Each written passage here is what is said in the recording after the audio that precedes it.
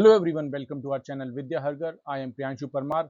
हम अपनी BNS series को कंटिन्यू करेंगे और आज हम देखेंगे सेक्शन 3 जिसमें दे रखा है जनरल एक्सप्लेनेशंस। जनरल एक्सप्लेनेशन का मतलब है कि कोई भी एक्सप्लेनेशन जो इस चैप्टर में दिया गया है वो पूरे बीएनएस में अप्लाई होगा। BNS contains general explanation applicable throughout the statute. ये आपका है keyword. These provisions are rules of interpretation rather than independent offences. तो ये क्या है? रूल्स ऑफ इंटरप्रिटेशन है आपके, कि आपको किसी भी चीज को कैसे इंटरप्रेट करना है बीएनएस के अंदर। ये आपको बताते हैं बीएनएस के general explanations. Rather than independent offences, इसमें कोई ऑफेंसेस नहीं बताए गए हैं। They guide courts in understanding and applying every provision of BNS consistently. हो सकता है चैप्टर 2 में भी एक्स के बारे में दिया हुआ है, चैप्टर 3 में भी दिया है। चैप्टर 2 और चैप्टर 3 में सेम तरीके से हम इसको इंटरप्रेट करेंगे। इसको हम बोलते हैं कंसिस्टेंटली, क्योंकि अगर हम अलग अलग चैप्टर्स में अलग अलग इंटरप्रिटेशन निकालेंगे तो जो बीएनएस की कंसिस्टेंसी है वो मेंटेन नहीं हो पाएगी। तो जनरल एक्सप्लेनेशंस हमें इसमें मदद करते हैं। नेक्स्ट प्रोविजन पर आते हैं, general exceptions apply throughout. Chapter 3 BNS में आपको जनरल एक्सेप्शंस दिए हुए हैं। ये जनरल एक्सेप्शंस पूरे बीएनएस में अप्लाई होते हैं। Every offence under BNS is automatically subject to general exceptions under chapter 3 even if the offence section does not expressly mention them. हर ऑफेंस के बाद लिखने की जगह इन्होंने एक ही जगह बता दिया है कि ये सारे जनरल एक्सेप्शंस हैं। तो कोई भी ऑफेंस को चेक करने से पहले हम जनरल एक्सेप्शंस में देख लेते हैं क्या किसी जनरल एक्सेप्शन के प्रोविजन में ये लाई करता है। अगर नहीं करता तभी हम ऑफेंस पर जाते हैं। While reading any offence, court must also consider whether any general exception applies. General exceptions act as statutory defenses protecting person who technically satisfy the ingredients of offense but whose conduct is legally justified or excused. इसमें आपको बहुत सारे मिल जाएंगे, जैसे कि infancy का हो गया, insanity, mistake of fact, judicial acts, legal obligation, private defence और पुलिस ऑफिसर जो अपनी ड्यूटी पर काम कर रहा है।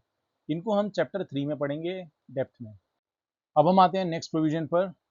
इसमें देखेंगे हम uniform meaning. Section 3 sub clause 2 में दे रखा है uniform interpretation. Once a term has been defined it retains the same meaning wherever it is applicable unless the context otherwise. X की कोई डेफिनेशन अगर दी गई है तो पूरे बीएनएस में सिमिलरली अप्लाई होगी। कब नहीं होगी? अगर कोई स्पेशल प्रोविजन दिया गया है। This ensures uniform interpretation, consistency and certainty in criminal law. जैसे कि डिसऑनेस्टी की डेफिनेशन पूरे बीएनएस में एक जैसी ही रहेगी।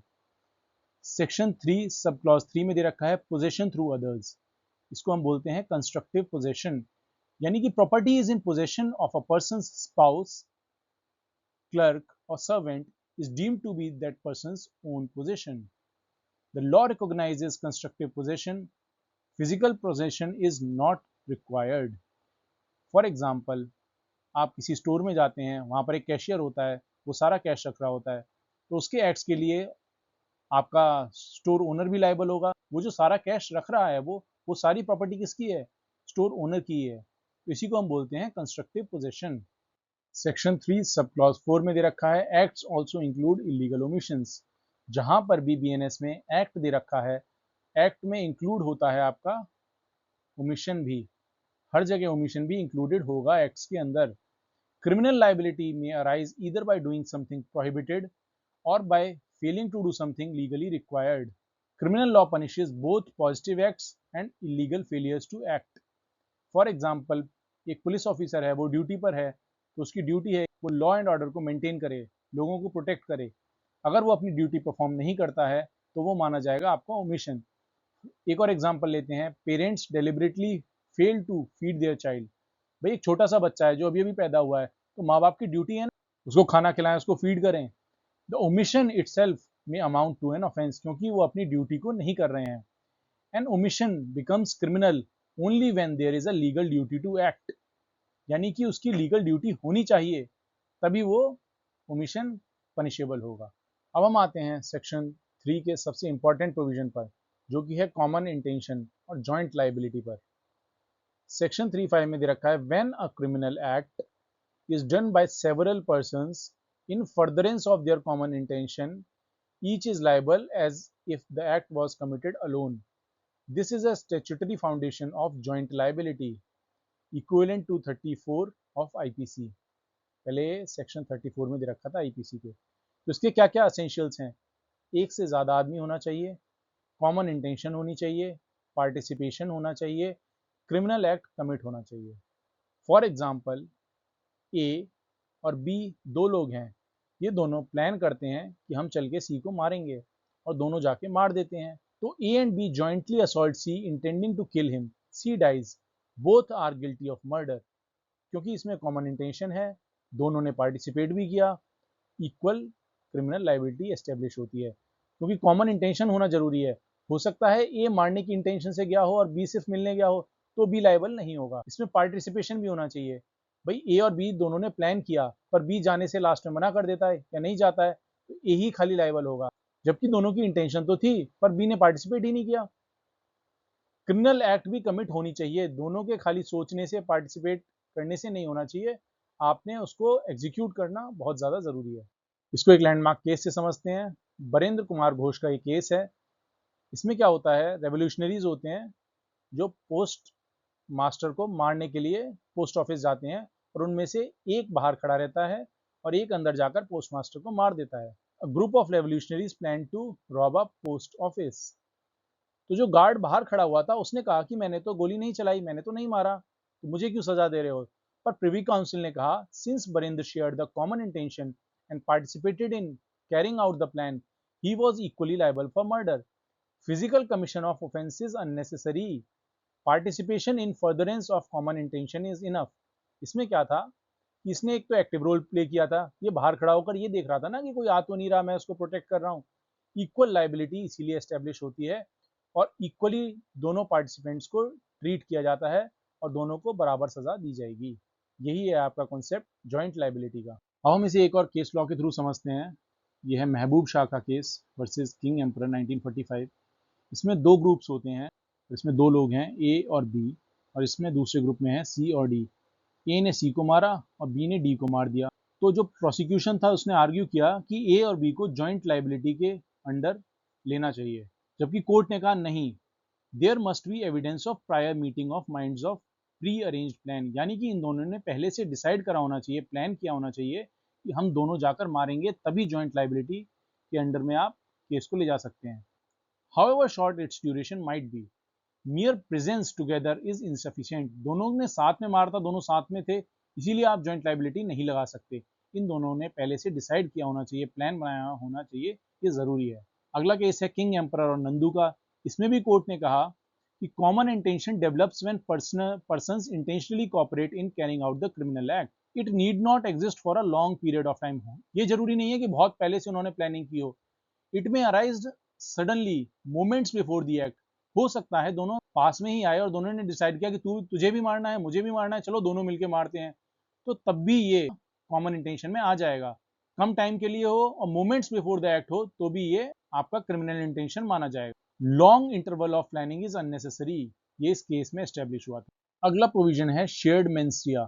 फॉर एग्जाम्पल, ए ने कुछ चोरी का माल लिया और अपने ड्राइवर बी को कहा कि आप इस माल को ट्रांसपोर्ट कर दो, जबकि बी को इसके बारे में कुछ भी नहीं पता। तो क्या बी भी लायबल होगा इस चोरी के माल के लिए? बिल्कुल भी नहीं, क्योंकि उसको ज्ञान ही नहीं था, उसका मेंस्ट्रिया ही नहीं था। ए का मेंस्ट्रिया था क्योंकि ए ने चोरी का माल लिया था। यही इस प्रोविजन में दिया गया है। Where criminality depends upon guilty knowledge और intention, every participant possessing that mental state is equally liable. Mental state होना बहुत ज्यादा जरूरी है, तभी वो जॉइंट पार्टिसिपेशन माना जाएगा। अब सेक्शन 3 सब क्लॉज 7 में दे रखा है कंबाइंड कंडक्ट। फॉर एग्जाम्पल, दो लोग हैं ए और बी। ए ने जेड को बहुत तेजी से मार दिया और जेड को बी हॉस्पिटल लेके जा सकता था या खाना दे सकता था, पर बी ने ऐसा नहीं किया, तो दोनों ही क्रिमिनली लायबल होंगे, क्योंकि इसकी तो एक्ट के लिए होगा और ये अपने ओमिशन के लिए होगा। When an offence can be committed by act or omission causing the result partly by each amounts to the same offense, क्योंकि दोनों ने सेम ही ऑफेंस किया है जो कि है Z का murder. Liability is not avoided because results is caused partly through action and partly through inaction। Liability इससे खत्म नहीं हो जाती कि आधा तो एक्शन था और आधा आपका ओमिशन था। ये आपका इलस्ट्रेशन है। अब हम समझते हैं नेक्स्ट प्रोविजन जो कि है कोऑपरेटिव एक्ट्स। एग्जाम्पल लेते हैं, ए एक व्यक्ति है और एक बी है, ये दोनों मिलकर सी को मारना चाहते हैं। तो ए थोड़ा सा जहर देता है जिससे कि उसकी मृत्यु नहीं होती और बी भी थोड़ा सा जहर देता है, दोनों मिलकर पर सी मर जाता है। तो जो सी की डेथ हुई है उसके लिए दोनों लायबल होंगे। They will be held liable for continuous criminal enterprise. ये आपको एग्जाम्पल दे रखा है। अब एक और एग्जाम्पल लेते हैं। ए और बी दो जेलर्स हैं और सी इनका प्रिजनर है। तो ए और बी जॉइंटली प्लान करते हैं कि न तुम इसे अपनी ड्यूटी में खाना देना, ना मैं अपनी ड्यूटी में दूंगा, और दोनों ऐसा करते रहते हैं कंटिन्यूसली। क्योंकि दोनों ने प्लान किया था और सी की मृत्यु हो जाती है, तो दोनों ही लायबल होंगे कंटिन्यूअस क्रिमिनल एंटरप्राइज के अंडर, क्योंकि न इसकी एक्ट से हुआ है न इसकी एक्ट से हुआ है, दोनों की एक्ट ने मिलकर इस क्राइम को कमिट किया है। एक और इलस्ट्रेशन लेते हैं, ए और बी, और ये है आपका प्रिजनर सी। ए इंडिपेंडेंटली एक्ट करता है और इसको खाना नहीं देता है काफी दिनों तक, और बी को ए के काम का बिल्कुल भी पता नहीं था और वो इंडिपेंडेंटली आता है और वो भी खाना नहीं देता है और सी की मौत हो जाती है। तो ए पर अटेम्प्ट टू मर्डर लगेगा और बी पर मर्डर का इल्जाम लगेगा। इस केस में ये दोनों कंटिन्यूअस क्रिमिनल एंटरप्राइज के अंडर लायबल नहीं होंगे, इनकी इंडिपेंडेंट लाइबिलिटी होगी, और इस केस में इनकी जॉइंट लाइबिलिटी होगी। अब समझते हैं सेक्शन 3 सब क्लॉज 9 में दिया हुआ है different liability for same act. दो लोग हैं ए और बी और इनको सड़क पे चलता हुआ सी मिल जाता है। तो ए और सी की गाड़ी टकरा जाती है, तो ए को आता है बहुत ज्यादा गुस्सा और वो सी को मारने लगता है, जबकि बी घर से प्लान करके निकलता है, पिस्टल लेकर निकलता है कि आज मुझे सी को मारना है। तो दोनों ने सेम एक्ट में पार्टिसिपेट किया है, पर दोनों की मंशा अलग थी, क्योंकि इसने तो सडन प्रोवोकेशन में इसको मारा और बी की प्लानिंग थी। तो इसका culpable homicide amounting to murder होगा और ये मर्डर के चार्जेस लगेंगे इस पर। इसको बोलते हैं different liability for same act. तो हमने सेक्शन 3 के सारे ही प्रोविजंस पढ़ लिए हैं। 3.1 में दिया हुआ है आपको जनरल एक्सप्लेनेशन के बारे में, ये सभी ऑफेंस पर अप्लाई होंगे इक्वली। 3.2 में दिया हुआ है यूनिफॉर्म इंटरप्रिटेशन, यानी कि सेम मीनिंग होगा थ्रू आउट दी बीएनएस। और 3 सब क्लॉज 3 में दिया हुआ है पोजीशन, जैसे कि आपके स्पाउस का पोजीशन, आपके सर्वेंट का पोजीशन, आपके वर्कर का पोजीशन। फिर होता है एक्ट्स एंड ओमिशंस के बारे में दिया हुआ है, इलीगल ओमिशन और एक्ट दोनों पनिशेबल हैं। फिर आते हैं हम कॉमन इंटेंशन पर। कॉमन इंटेंशन में हमने समझा था कि जॉइंट लाइबिलिटी कैसे एस्टेब्लिश होती है। शेयर्ड मेंसरिया होना चाहिए, यानी कि दोनों ने सेम चीज के लिए अग्रीमेंट होना चाहिए जॉइंट लाइबिलिटी कंस्ट्रक्ट करने के लिए। 3.7 में हमने देखा एक्ट और ओमिशन, यानी कि कंबाइंड एक्ट और ओमिशन भी क्रिएट करते हैं लाइबिलिटीज। फिर हमने देखा cooperative acts, intentional cooperation attracts liability, same चीज के लिए इंटेंशनल कॉपरेशन होना चाहिए। 3.9 में हमने देखा डिफरेंट मेंटल स्टेट्स में क्या होता है, सेम एक्ट होता है पर डिफरेंट आपका मेंस दिया होता है, तो आपको डिफरेंट लाइबिलिटीज एस्टेब्लिश होती हैं। अब आपको क्या करना है, नीचे पीडीएफ मिल जाएगी, आप उसमें जाइए, रिवाइज करिए और उसमें जो भी एमसीक्यूज दिए गए हैं उन्हें आप सॉल्व करिए। Thank you.